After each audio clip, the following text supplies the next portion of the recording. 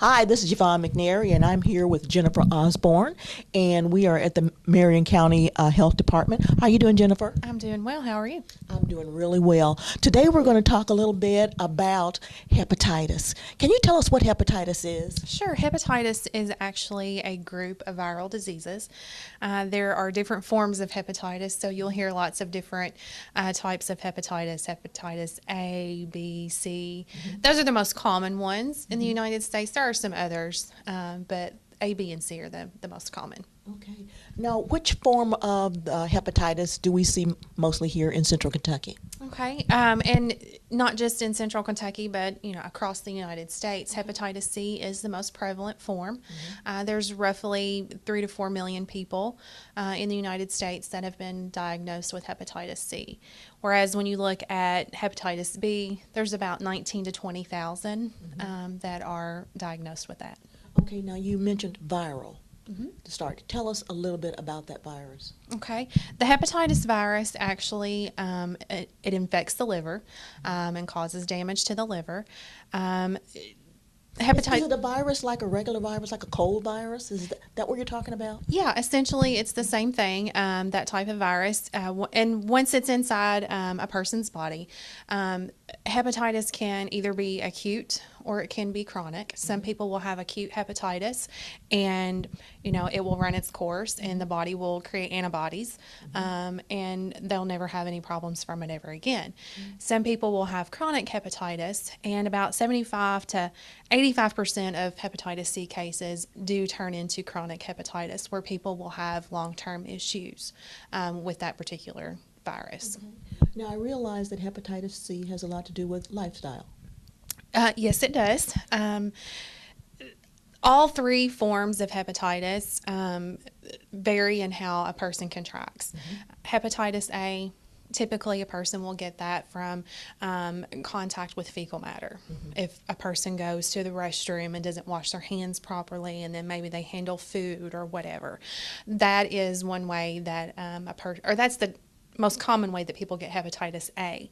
Hepatitis B is most oftentimes it is spread through sexual contact. It can also be spread through blood, so it's also a blood-borne pathogen. Hepatitis C, the most common way that people are getting hepatitis C is through sharing intravenous drug needles for injecting drugs. That's the most common form, or the most common way that people will get hepatitis C. Okay, and that seems to be a problem here in Central Kentucky.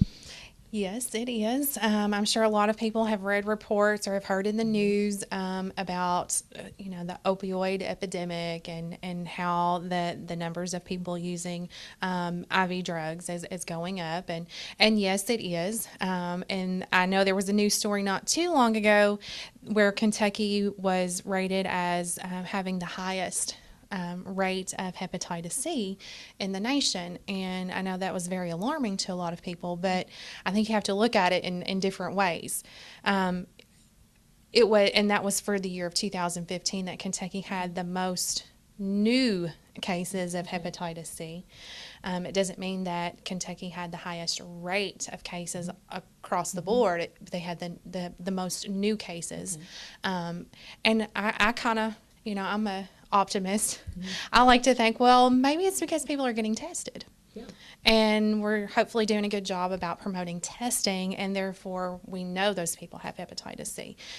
Maybe it's not that there are just more people having it, but hopefully they're just getting tested, and now we know. Because our testing programs have increased, right? Absolutely. Back in 2015, the Kentucky legislature allowed health departments to start establishing syringe exchange programs.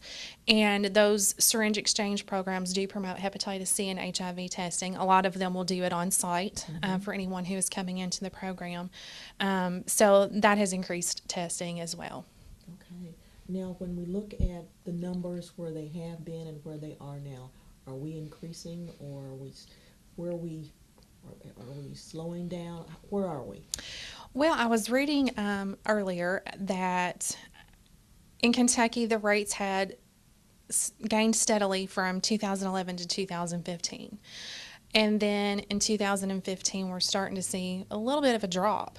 As not a drop, but a decrease in the amount of growth, I guess, or the increase in the number of cases. So hoping that it's leveling off a little bit and will start to decrease, but that time will tell. Okay. What are some of the symptoms? Some of the symptoms of hepatitis, again, it is a virus that infects the liver. So people will have a lot of times some nausea, vomiting. People will have some changes in the color of urine, darker urine color, also some changes in the color of feces. And some people will develop jaundice, which is when there's too much bilirubin in the blood. The liver's not filtering out the bilirubin, and that causes the skin to look yellow. Okay. What does our age group look like here in Central Kentucky as far as the people who are involved with hepatitis?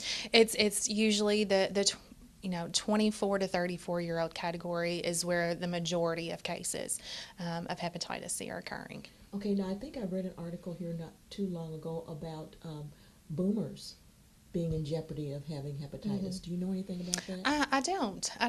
Most of the research that I've seen shows that the largest amount of new hepatitis cases, I guess, the new cases are occurring in that younger. In the younger groups. Okay. Now, if you think that you might have some of these symptoms, what should you do?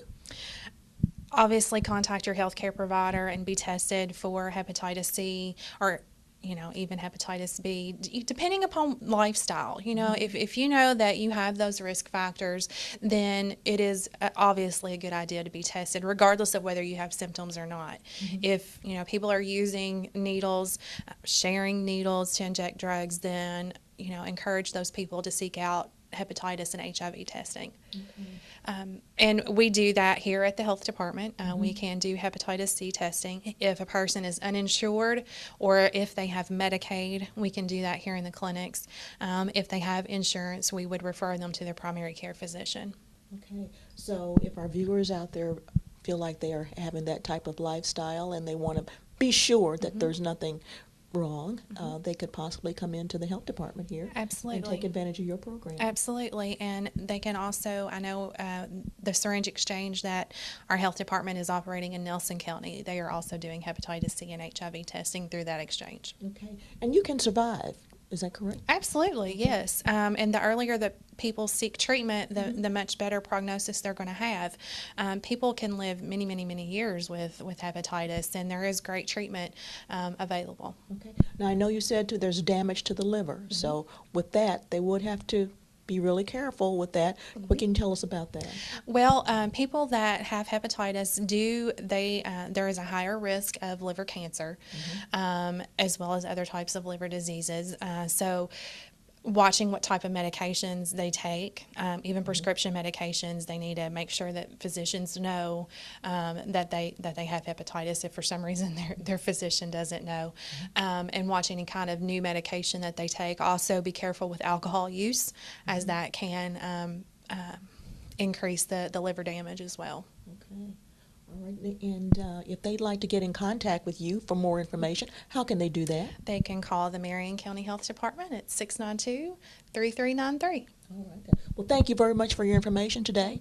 I've been with Jennifer Osborne here at the Marion County Health Department, and we've been discussing hepatitis today. Thank you very much.